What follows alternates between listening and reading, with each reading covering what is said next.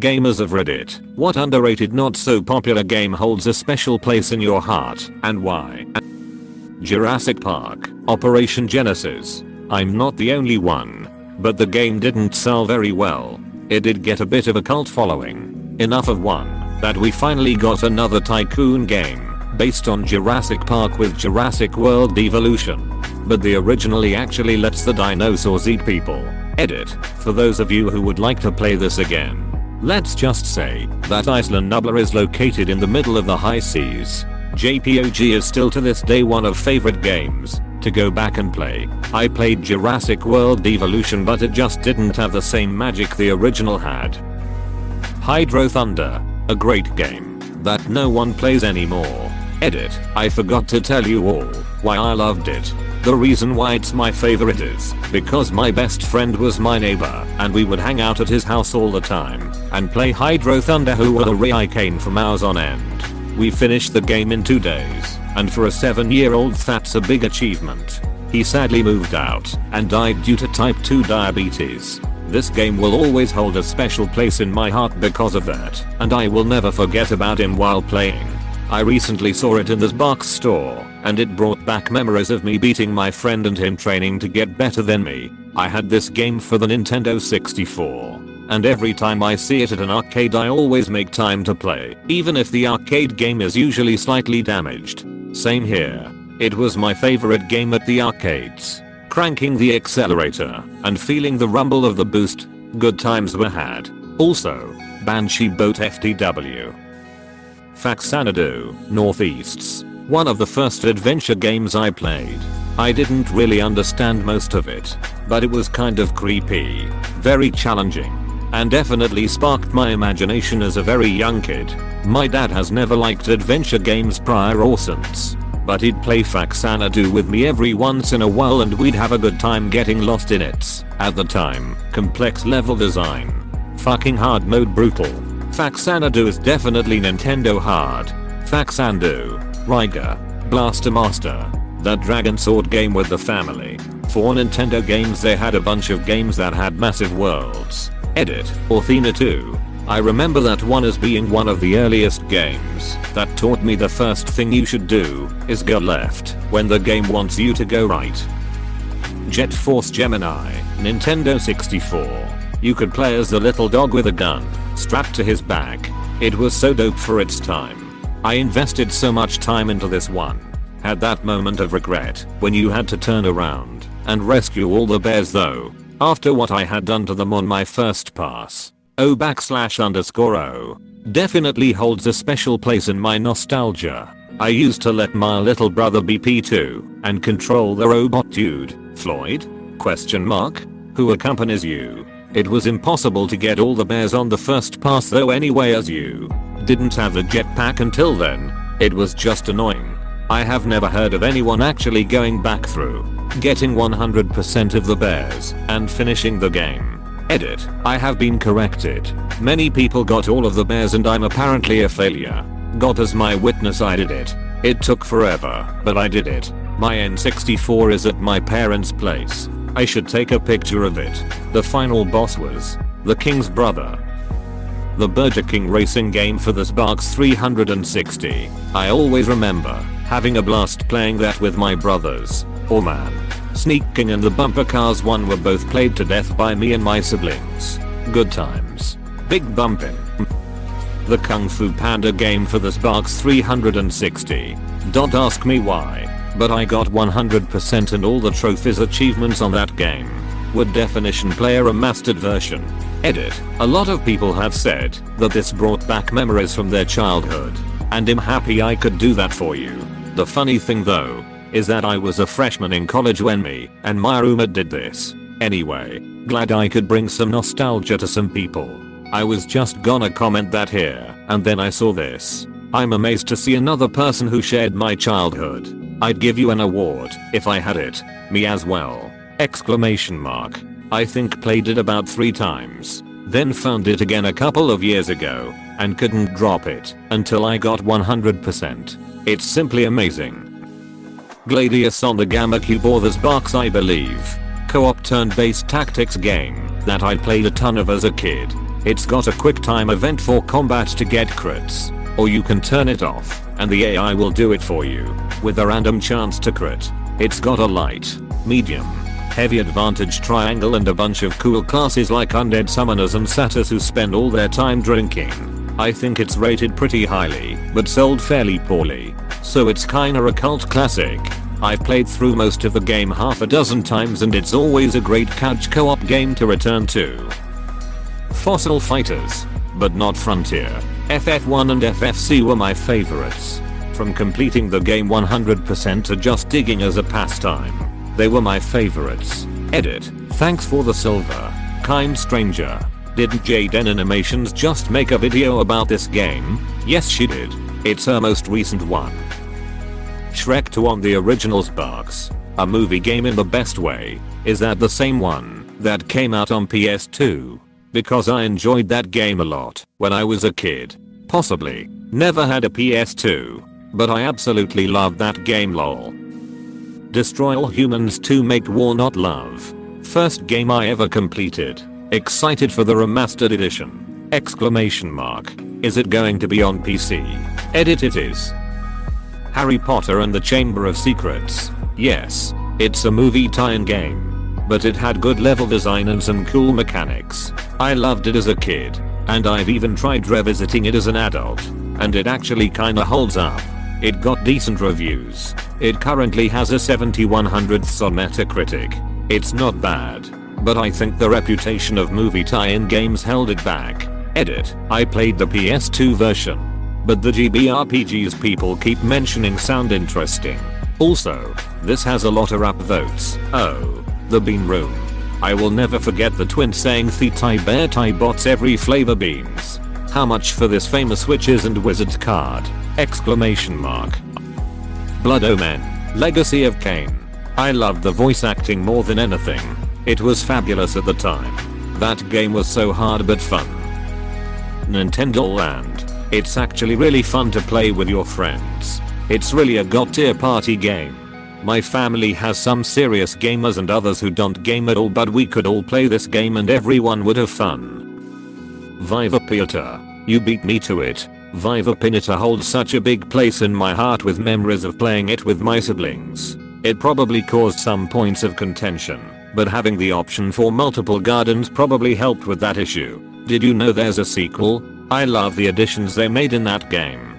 I remember playing Tip and having a heart attack when Pester just broke the ducking cutlass that warded him off in the first game. Well, what do I do now? Exclamation mark. Apostrophe. I ducking hurt that guy. So many good pinatas lost to him as a result of not noticing him in time to bribe him off. I just got a Limiasaurus or Dragonash to yeet his ass out of my garden every morning. I feel bad for my smaller Pinata, but it's for the greater good. I've yet to get as far as getting either of those pinatas, because since I got Tip I've played it with my younger sister, who's not been in the mood to play often, when I'm not at uni, and it just wouldn't feel right to play without her. At some point I hope to reach the stage where I too can get a Pinata to yeet Pester, who is probably not even a qualified professor, out of our garden. Brute Force. I love the concept of the game, how your characters are clones, and when they die you just get recloned. I thought the characters were actually kind of fun and the combat, well, a little bit clunky. I still enjoyed greatly. I got that game for free with my Sparks. Never would have played it if it weren't for that. But I'm so glad that I got to play that game. The Nancy Drew games. They are terrible in a lot of ways, but I've been playing them since I was little, so they are pretty nostalgic. And then I fired, but I missed. So I fired again. Missed. I missed both times. Then I passed out, and I woke up with a popsicle in my mouth. Enter the Matrix. Because Gamma Cube was peak childhood for me. There was that strange period in the early 2000s where we got some really fun movie tie-in games. Enter the Matrix was a little janky, but it was a blast to play. Imo. Chronicles of Riddick in 04. Spider-Man 2. And the Lord of the Rings games were all really good considering that they had releases coincide with the films. LOTR. Two Towers was a phenomenal hack and slash game. I enjoy playing Peggle on Sparks. Yeah. That whole set of PopCap games are the best. Chuzzle, Bejeweled, Zuma, Bookworm, etc. Low computer requirement casual puzzle games. I bought them for my mum on Steam and she loves them too. Unfortunately I think that whole genre has been destroyed by mobile games. I keep searching for more to buy for her, but they're really hard to find. I just want to throw a few dollars at a simple puzzle game. No micropayments. And on Steam, so I can easily get it to her as she's not great with computers.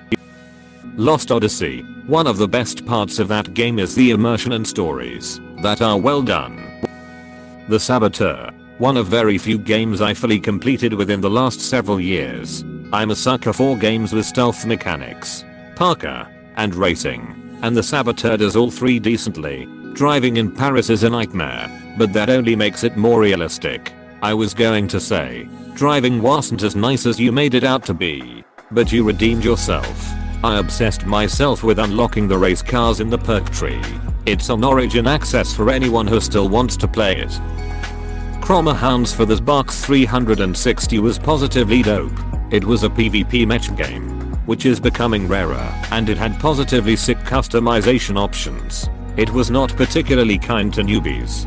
There was an entire artillery class off weapon based around shooting directly upwards, checking your map, and relying on your teammates to confirm hits and misses lol. I remember the first time I deployed without realizing it would be nighttime, and being surprised that the map was basically pitch black. I eventually learned to turn on my gun lights, only to give away our position. The only lights in the city after that point were gun flashes and some unfortunate fool who caught fire, which of course drew more fire. Bipedal snipers could shoot the rocket pods off of tank-treaded defender hounds. A completely viable build for this game was an armored up quad raped hound armed with nothing but a couple of satellite dishes for communication. It was a blast, and it will never get a sequel. I loved this game so much. The persistent online wars, hours experimenting with new match builds to beat the evolving metas. All of it. It wasn't for everyone. The matches were matches and a king slow. A full-legged heavy one could take forever to get to a location. So you had to know your shit. You had to have a plan and work as a well-oiled team. Miss this game so much. Punch-Out Wii. All the opponents have so much character and they are actually speaking their languages now, rather than the random stuff they said in the Northeast's version. Edit. Thanks for the gold kind stranger. Oh man. That was probably the best reboot of an older game I've ever played. Because they didn't lose what made the original so great. They took what was great about the original and expanded upon it. But like, without adding a bunch of complicated stuff or whole new systems or new moves or anything like that. Because that's usually how reboots are. In an attempt to make it better, the game loses whatever made it fun in the first place. Simplicity isn't a bad thing. Sometimes the simplest games are the hardest. I often think about Checkers, a very uncomplicated game, yet the strategies can become incredibly complex. Imagine if they made a Checkers 2, and it had special pieces with extra moves, a countdown timer, dice rolls, and cards with secret attacks. Okay, that isn't Checkers anymore, and that's how many video game reboots seem to me. But then there's Punch-Out Wii. Plays basically the same as it did on the Northeasts, just with a modern style. Not the only thing of its kind, but it's rare. They already did what you said on the SNES version. All kinds of weird extra stuff in the way. Cool Spot on Sega Genesis was the first video game I ever played. Not exactly a super popular game or hype game anymore, but it got me hooked from day one. I remember really enjoying that game's music. The Genesis sound hardware could sound amazing in the right hands. LOTR, The Two Towers. It came out before that trend where movie tie-in games came out that were absolute trash. Edit. Okay, gents. I remember it, but The Two Towers seemed to have genuine effort applied. You had the actual cast provide voices for the game. The gamma play built onto the story without undermining it, etc. It was fun. The Return of the King game also seemed fun, and had great improvements. But I don't think the characters' faces moved during cutscenes, like the mouth not even opening when they spoke in cutscenes. I'm also not sure the voice cast was genuine. I distinctly remember Jim Lee having a French accent for a lot of that game. That Two Towers game was Soda King brutally hardcore, so it seemed as a kid. Towards the end, Definitely. The only reason I think it was a breeze was cause I forgot to buy a memory card. I was 11. It was all the money I'd raised. So I had to restart the game over and over every day until I could mow enough lawns to afford a memory card. Yeah, like my friend who never shut off his game of FFVII because he had no memory card. We basically prayed to the gaming gods each day for no crashes. Did you actually finish the whole game this way? He did. Yeah. His PS1 lasted 3 weeks without being turned off. He crashed while grinding out Materia post game. SpongeBob Battle for Bikini Bottom. Great game. For me it was the SpongeBob SquarePants movie. I've always wanted to go back and replay them, but I'm afraid they'll be trash since I've been exposed to much better games since. Yes, that game packed so much fun. SpongeBob peaked at the release of that movie and game for me. Dark Cloud Peas 2. I spent so many hours playing on the demo disc. Edit. Went to sleep with 37 upvotes, just to wake up with 600 plus upvotes, 30 plus replies and a silver. Didn't think anyone would tell this game. Thanks guys. You can play the sequel on PS4. The same team also made a game called Rogue Galaxy if you're looking for more. Dark Cloud 2 was so good. Still my #1 game to this day. There was a little known game called Choose where you adopt animals and have to care for as many of them as possible. Sometimes they don't get along.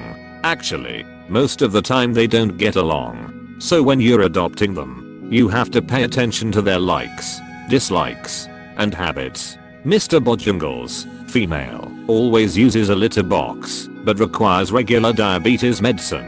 Doesn't like black cats. Then you're running around like a cat lady, feeding them, breaking up fights, petting them, and perpetually cleaning up urine and feces. You get flea infestations. You get rats. They get diseases like mange. Oddly enough, my cockroach infestation once was said to have gotten mange. They have babies, even though the shelter mistakenly labeled them as spayed.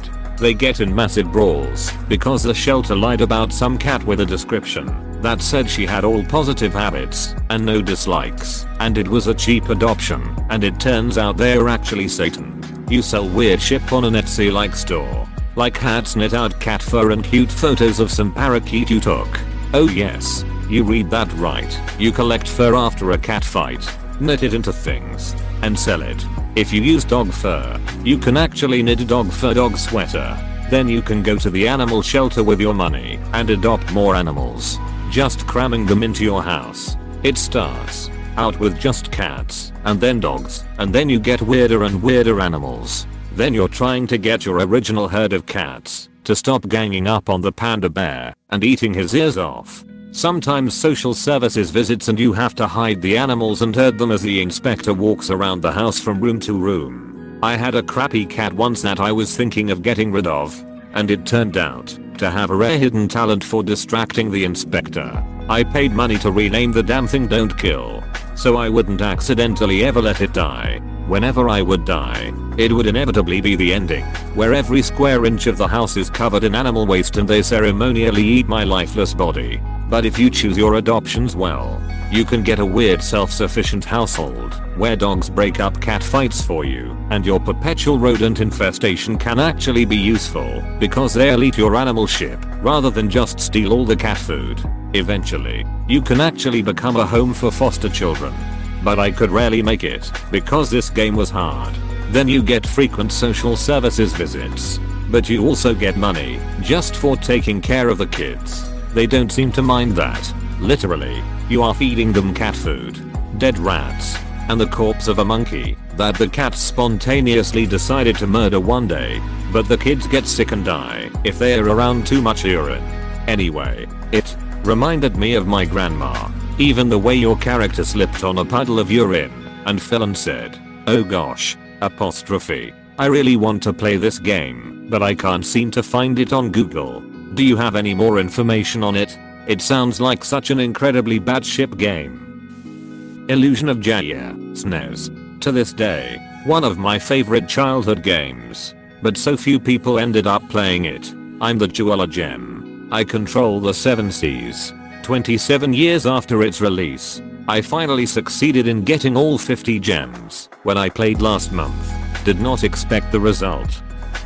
Chibi Robo. I have never been able to articulate why I love this game so much. I've never liked anything else similar to it. But I just ducking love being that tiny robot cleaning up little trash. A couple games for me. Sins of a Solar Empire. It was a 2008 space-based strategy game in the same vein as Homecoming or Star Wars Empire at War, but it was massively improved in pretty much every way. It was very chess-like, properly balanced, and fun. You could sink literal hours into the game without even noticing. And that's just the base game. There is a wealth of mods out there, and people are still modding the game. Of my Steam library, it is by far the most played. I haven't played Stellaris yet, but I have a feeling it was inspired by this little gem from 8 years prior. Ace Combat 04, Shattered Skies. It was a 2001 fighter jet game. AK is a pretty mainstream name now, but I don't think many people played AK-04.